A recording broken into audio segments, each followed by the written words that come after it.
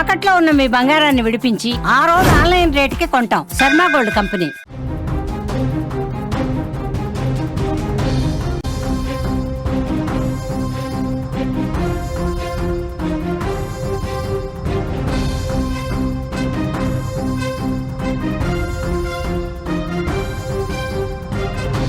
దారుణం జరిగింది. భద్రాచలం ఏజెన్సీలో గిరిజన బాలిక మీద దారుణానికి ఒడిగట్టారు. కూల్ డ్రింక్లో మత్తు మందు కలిపేసి అత్యాచారం చేశారు. బాలిక మీద ఆటో డ్రైవర్స్ అత్యాచారం చేశారు. అడవిలో జరిగింది ఇది. అడవిలో సామూహిక అత్యాచారానికి పాల్పడ్డారు. అత్యాచారం తర్వాత గుడి వద్ద వదిలేశారు ఆ బాలికను. కేసు నమోదు చేసి దర్యాప్తు చేస్తున్నారు. బాలికను సంరక్షణ కేంద్రానికి తరలించారు. సీసీటీవీ ఫుటేజ్ ఆధారంగా నిందితుల కోసం, ఆ దుర్మార్గుల కోసం గాలిస్తున్నారు. భద్రాచలం ఏజెన్సీ ప్రాంతంలో జరుగుతున్న వరుస దారుణాలు ప్రజలను భయపెడుతున్నాయి. కొన్ని రోజుల క్రితం జరిగిన సామూహిక అత్యాచారం ఘటన ఇంకా కళ్ళ ముందు కనిపిస్తూనే ఉంది. అదెవరు మర్చిపోలేదు. ఇప్పుడు అలాంటి ఘటన ఇంకోటి జరిగింది. ఈసారి కూడా ఒక మైనర్ బాలికను టార్గెట్ చేశారు ఈ దుర్మార్గులు. ఆమెను ఆటోలో తీసుకెళ్లి మత్తు మందు ఇచ్చి అఘాయిత్యానికి పాల్పడేట్టుగా తెలుస్తోంది.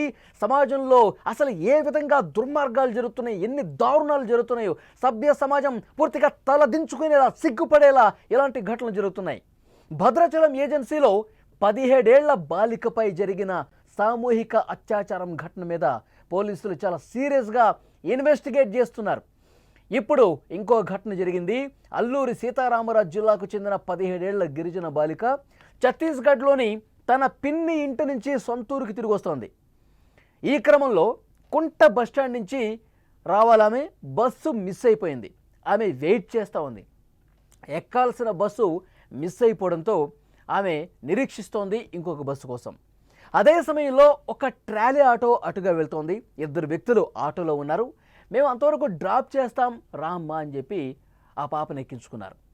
ఏపీలోని చింతూరు మండలం చట్టి ఏడుగురాళ్లపల్లి మధ్యలో అటవీ ప్రాంతంలో ఆ ఆటోను ఆపారు.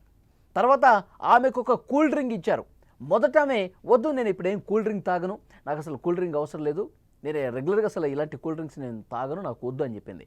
మేము తాగుతున్నాం కదమ్మా, నువ్వు తాగు, నువ్వు కూడా మాతో పాటు జర్నీలో ఉన్నావు కదా, తాగు, ఏం కాదు, మేము తాగుతున్నాం చూడు అని చెప్పి వాళ్ళు తాగారు. మత్తు మందు కలిపినటువంటి కూల్ డ్రింక్ ఆమె చేతికిచ్చి తాగించారు. ముందు ఆమె వద్దని చెప్పింది, వీళ్ళు బలవంత పెట్టారు. మేము కూడా తాగుతున్నాం కదా, నువ్వు తాగు. సరే, ఆమె తీసుకుని తాగింది. తర్వాత ఆ కూల్ డ్రింక్లో మత్తు మందు తాగటం వల్ల ఒక్కసారిగా ఆమె అపస్మారక స్థితిలోకి వెళ్ళిపోయింది. పూర్తిగా మత్తులోకి వెళ్ళిపోయిన తర్వాత వీళ్ళు దారుణంగా ప్రవర్తించారు. నిర్మానుష ప్రదేశానికి తీసుకెళ్ళి, మొత్తం అడవే, అక్కడ ఏం కనిపించదు, ఎవ్వరూ కూడా అటువైపు రారు, అటునుంచి వెళ్ళే పరిస్థితి ఉండదు. మార్గ మధ్యలో పూర్తిగా ఆ ఏజెన్సీ ప్రాంతం, అడవి ప్రాంతం ఒక మూలకి తీసుకెళ్ళి, అడవి లోపలికి తీసుకెళ్ళి చాలా దారుణంగా అత్యాచారానికి పాల్పడ్డ పరిస్థితుంది. అత్యాచారం చేసి అక్కడే స్థానికంగా ఒక గుడి ఉంటే ఆ గుడి దగ్గర వదిలేసి వెళ్ళిపోయారు ఆ పాపను. అక్కడ వదిలేసి వీళ్ళ మానాన్ని వీళ్ళు వెళ్ళిపోయారు. ఆ తర్వాత గమనించినటువంటి అక్కడ స్థానికులు ఆ గుడి దగ్గరికి వస్తూ పోతూ ఉంటారు కదా, చూసిన వాళ్ళు వెంటనే ఆ పాపని స్థానిక ఆసుపత్రికి తీసుకెళ్లారు. అక్కడ చికిత్స చేయించారు. తర్వాత బాలిక సంరక్షణ కేంద్రానికి కూడా తీసుకెళ్లారు. కూల్ డ్రింక్లో మత్తు మందు ఉందని చెప్పి ఆ పాపకి తెలియదు. ఆ తాగిన వెంటనే స్పృహ కోల్పోయింది. ఆ దుర్మార్గులు ఆమె మీద సామూహిక అత్యాచారానికి పాల్పడ్డారు. చాలా దారుణంగా వాళ్ళు కేవలం ఈ రకమైనటువంటి చర్యలు పాల్పడటం కోసమే, ఇంత దుర్మార్గమైనటువంటి చర్యలు చేయటం కోసమే ఆ పాపకి కూల్ డ్రింక్ తాగించి అత్యాచారం చేసిన పరిస్థితి. అంటే మార్గ మధ్యలో వీళ్ళు ట్రాలీ ఆటోలో పోతూ ఇదే విధంగా దారుణాలు ఎన్ని చేసుంటారని చెప్పి పోలీసులు అనుమానిస్తున్నారు. ఇప్పుడు ఇది బయటకు వచ్చింది కాబట్టి, ఆ పాప సంబంధించినటువంటి వాళ్ళు పోలీసులు కంప్లైంట్ ఇచ్చారు కాబట్టి, ఆ పాపను మొదటగా గుడి దగ్గర ఎవరైతే చూశారో వాళ్ళు పోలీసులకు సమాచారం ఇచ్చారు కాబట్టి ఇది బయటపడింది. లేదు అంటే గనక ఈ మార్గంలో ఇలాంటి దుర్మార్గులు ఎంతమంది అమ్మాయిల్ని, ఎంతమంది మహిళల జీవితాలతో ఆడుకున్నారు, ఎంతమందికి ఈ విధంగా కూల్ డ్రింక్లో మత్తు మందు కలిపి వాళ్ళు స్పృహ తప్పి పడిపోయిన తర్వాత, మత్తులోకి జారుకున్న తర్వాత ఎంతమందిని పాడు చేశారు, ఎంతమంది మీద అత్యాచారానికి పాల్పడ్డారు, ఎంతమంది మీద అఘాయిత్యాలకు పాల్పడ్డారో తెలియాల్సినటువంటి అవసరం ఉంది. వాళ్ళ మీద సీరియస్గా యాక్షన్ తీసుకోవడానికి పోలీసులు రంగం సిద్ధం చేశారు. ఆ బాలికను తర్వాత పాల్వంచ మండలం జగన్నాథపురం పెద్దమ్మ తల్లి గుడి దగ్గర వదిలేసి వెళ్ళిపోయారు కదా. ఆ తర్వాత వాళ్ళకి బంధువులకి సమాచారం అందించిన తర్వాత, కుటుంబ సభ్యులకు సమాచారం అందించిన తర్వాత ఆ పాప బాధ్యతను ఇప్పుడు వాళ్ళు తీసుకుంటున్నారు. ముందుగా సంరక్షణ కేంద్రంలో ఉంచారు, తర్వాత వాళ్ళకి సంబంధించిన బంధువులకు అప్పగించిన పరిస్థితి ఉంది. ఇప్పుడు పోలీసులకు ఒక పెద్ద టాస్క్ ఉంది. ఏమిటంటే మొత్తం సీసీ ఫుటేజీలు పరిశీలిస్తున్నారు. ఆ నిర్మానుష ప్రదేశంలో చేసి వెళ్ళిపోయిన వాళ్ళకి సంబంధించి ఆ ట్రాలీ ఆటోలో వెళ్ళిపోయారు కదా, వాళ్ళు అసలు ఎటువైపు నుంచి ఎటువైపు వెళ్తున్నారు, ఈ పాపని ఎక్కడ ఎక్కించుకున్నారు, దానికి సంబంధించి ఆధారాలు వెతికే పనిలో పడ్డారు. ఇంకా క్లూ అనేది దొరకలే. ఇక్కడ మీరు విజువల్స్లో చూస్తూ ఉన్నారు, పాప పడిపోయినటువంటి దృశ్యం మనకు కనిపిస్తూ ఉంది. గుడి దగ్గర ఎంత దారుణం చేశారు చూడండి. గుడి దగ్గర వదిలేసి వెళ్ళిపోయారు పాపం. చేసిన అఘాయిత్యం చేసేసి, చేసిన దారుణం చేసేసి అక్కడ గుడి దగ్గర వదిలేసి వెళ్ళిపోయారు. తర్వాత అక్కడ చూసినటువంటి స్థానికులు ఆ బాలికకి సంబంధించిన సమాచారం అందించారు పోలీసులకి. ఇప్పుడు ఆమె ఆరోగ్యం కుదుట పడుతూ ఉంది. కానీ ఇంత దారుణంగా ప్రవర్తించిన ఆ దుర్మార్గుల కోసం వెతుకుతానే ఉన్నారు. ఇంతవరకు వాళ్ళు కనిపించలేదు. సీసీ ఫుటేజీలు పరిశీలిస్తూ ఉన్నారు. వాళ్ళ ట్రాలీ ఎక్కడ స్టార్ట్ అయింది, ఆ ప్రాంతంలో వెళ్ళినటువంటి ఆ ట్రాలీలు, ఆటో డ్రైవర్లు ఎవరైతే ఉన్నారో వాళ్ళందరినీ నిశ్చితంగా గమనిస్తూ ఉన్నారు. అందులో ఎంతమంది ఉన్నారు, దానికి సంబంధించిన డీటెయిల్స్ మొత్తం సేకరిస్తూ ఉన్నారు. ఆ పాప కూడా ఏ సమయంలో ఆ ఆటో ఎక్కావు, ఏ సమయానికి ఏ ఊరికి వచ్చావు, ఇవన్నీ కూడా డీటెయిల్స్ తీసుకుంటూ ఉన్నారు. వాళ్ళు ఎట్టి పరిస్థితుల్లో పట్టుకొని తీరుతాం, కఠినంగా శిక్షిస్తామని చెప్తా ఉన్నారు. కానీ అసలు ఎన్ని దుర్మార్గాలు జరుగుతున్నాయి చూడండి. మన దేశంలో అసలు భద్రత లేదు.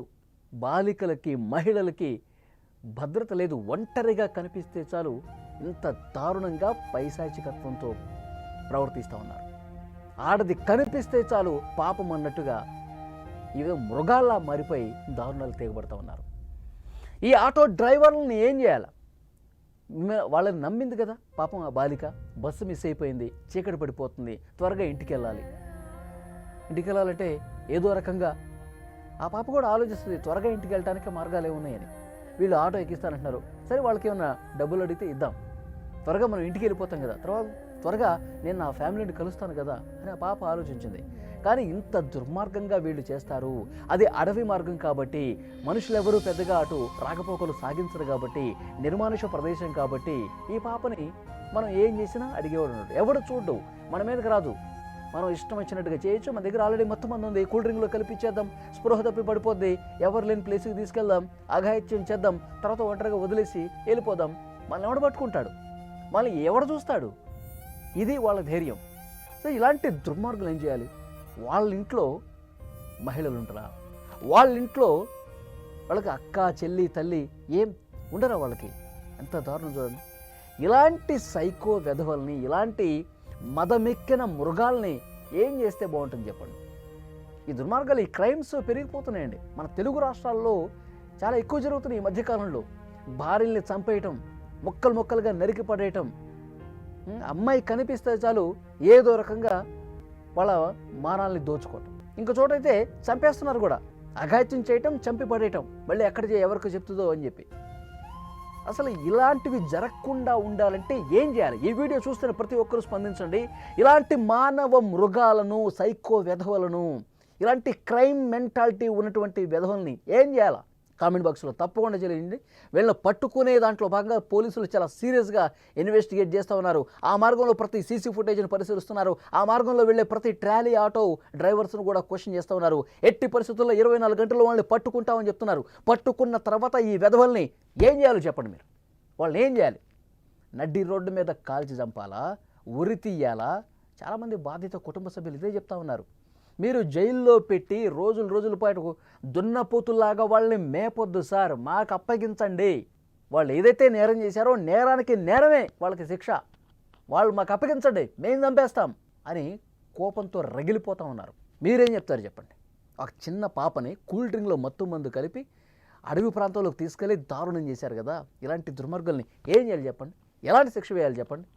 కామెంట్ బాక్స్లో తప్పకుండా తెలియజేయండి.